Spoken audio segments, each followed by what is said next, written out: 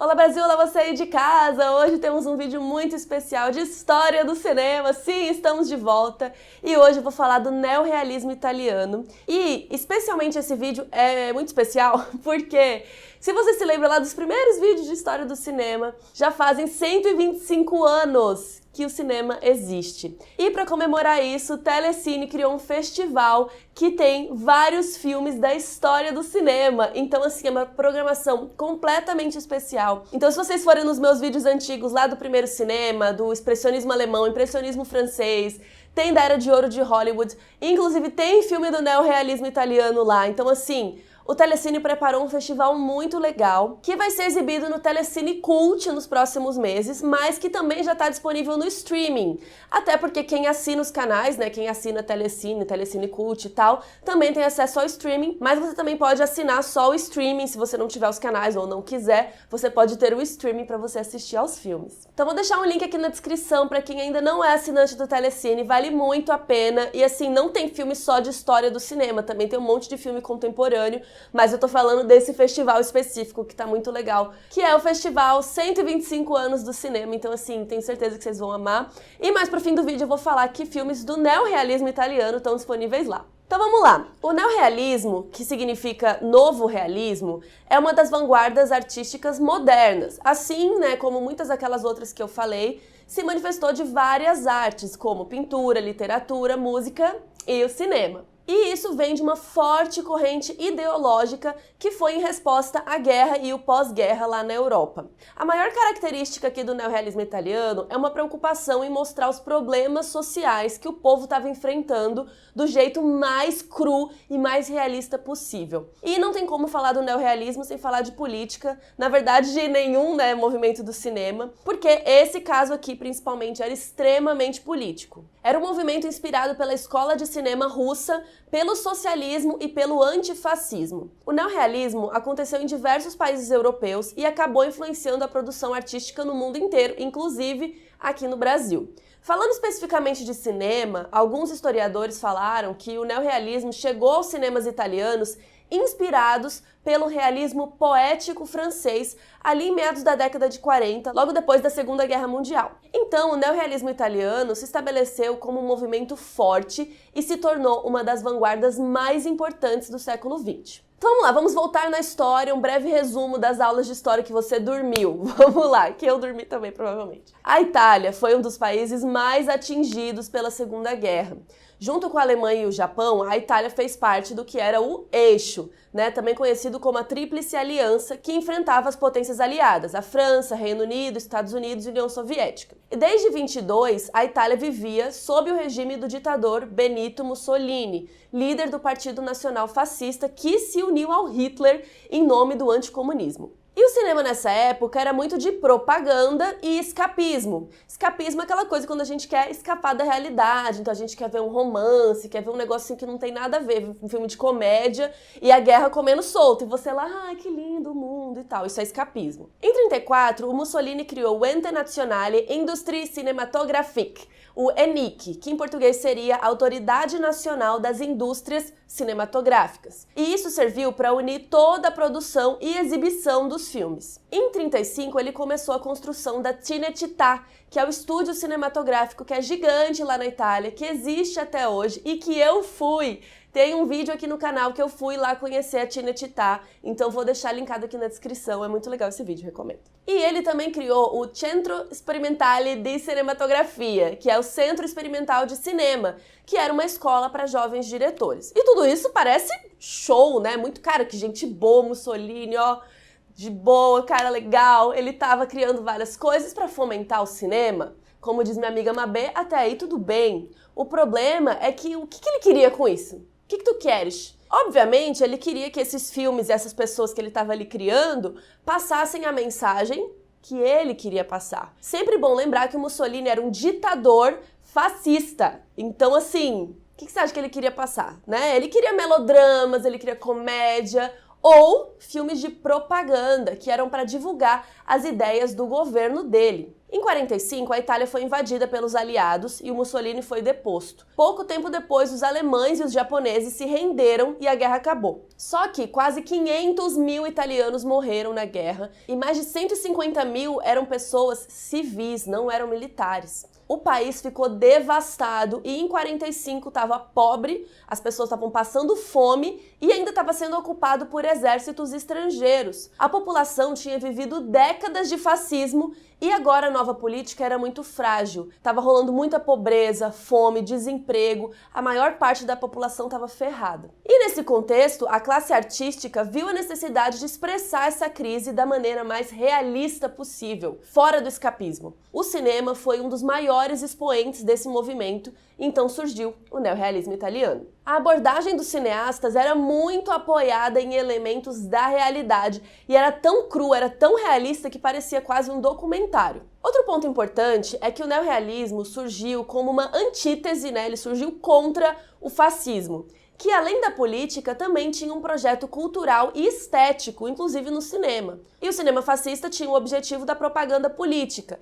E ele retratava a sociedade de uma forma moralista e idealizada. Então tinha muitos romances, melodramas, filmes épicos. E essas histórias não representavam o que o povo italiano estava vivendo, porque elas tinham aquele objetivo de ser aspiracionais, né, para você ficar sonhando, além de ficar moldando a opinião pública para que eles não vissem a verdade, o que estava acontecendo de verdade. Então, o neorrealismo serviu como uma resposta, veio de frente, querendo aproximar o cinema do que eles acreditavam que era a verdade, a situação real das pessoas, além de denunciar que o regime fascista propagava mentiras, falsas imagens, que estava alienando as pessoas. Eles acreditavam que o cinema podia contribuir para formar uma consciência democrática, e eu estou toda arrepiada. Em vez de castelos e mansões, os cenários dos filmes neorrealistas são as ruas, os bairros pobres, as comunidades. Ao invés de atores e atrizes ricos, chiques, glamurosos, as estrelas dos filmes são as pessoas comuns,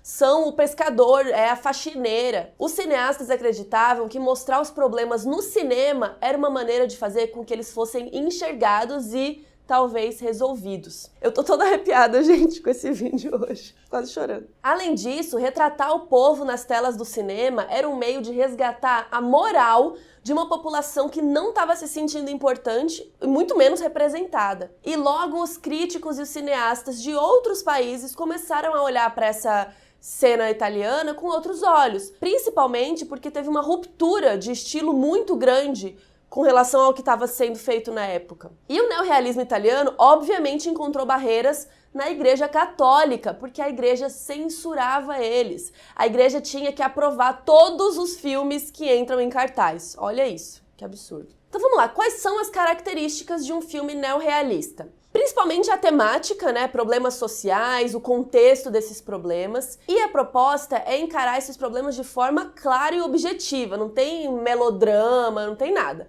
A própria história já é o conflito e já traz os dramas necessários, então não tem firula nenhuma. E os filmes também têm uma preocupação com a factualidade histórica. Então eles situavam a narrativa dentro da realidade imediata que a sociedade estava inserida. E também tem um comprometimento político progressista, que busca mudanças reais, que vão além da tela do cinema. Não era só mostrar, eles queriam muito mais. E os temas, óbvio, se falava muito do fascismo, da guerra e principalmente das consequências da guerra. Então, os problemas no campo, desemprego, subemprego. E visualmente, a característica que mais se destaca é a escolha das locações, porque os filmes se passam quase totalmente em lugares abertos e boa parte em cenários urbanos autênticos, que não eram modificados em nada para as gravações. E isso, é óbvio, se opõe diretamente aos filmes lá de Hollywood, que estavam sendo filmados dentro de estúdios. E os atores também, como eu falei, né? Os filmes do neorrealismo eram estrelados por pessoas,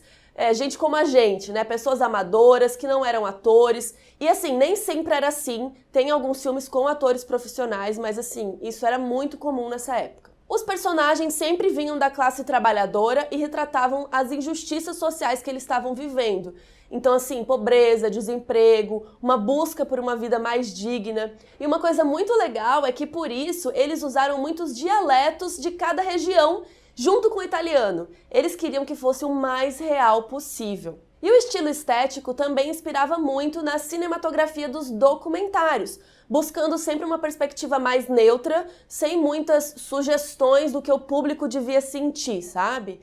Inclusive, isso era muito óbvio, assim, pelo jeito de filmar, porque eles usavam muito câmera na mão, takes longos, sabe? Takes meio que plano sequência, assim. Poucos efeitos visuais e pouca intervenção na edição e na montagem. E isso também é óbvio que se refletia no orçamento dos filmes, né, que não era super grandioso, até por causa do momento que eles viviam, pela ética, né, do que eles estavam falando. Então vamos falar um pouco dos diretores e dos filmes desse momento. Em 43 foi lançado o filme Obsessão, do Luchino Visconti, que já apresentava características desse cinema. Mas foi em 45 que o neorrealismo realmente foi inaugurado, com o lançamento de um filme clássico, Roma Cidade Aberta, o Roma Città Aperta, de Roberto Rossellini, que estreou com ótima recepção do público. O filme se passa em 43 e conta a história da rendição da cidade de Roma. Na época, a cidade estava ocupada pelos nazistas,